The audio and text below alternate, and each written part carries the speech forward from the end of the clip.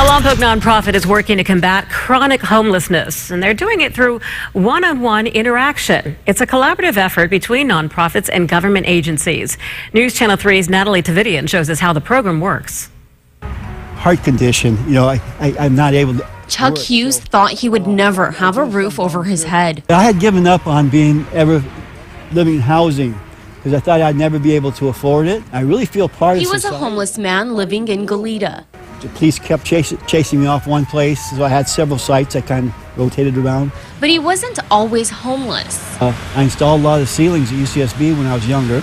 Chuck tells me he spent 20 years living in a tent surrounded by trees. And one thing he says was the toughest were the winters. Every year I kept wondering if we're going to make it through the next winter, because every winter got harder and harder. That was until Common Ground volunteers found him. It was in the winter time. I was all bundled up in an Arctic jacket. And after 20 years of homelessness, his journey changed. Volunteers get to know people.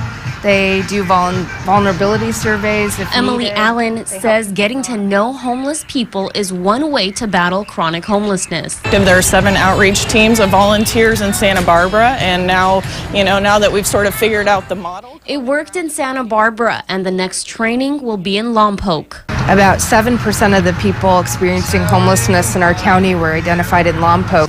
I thank goodness for Common Grounds.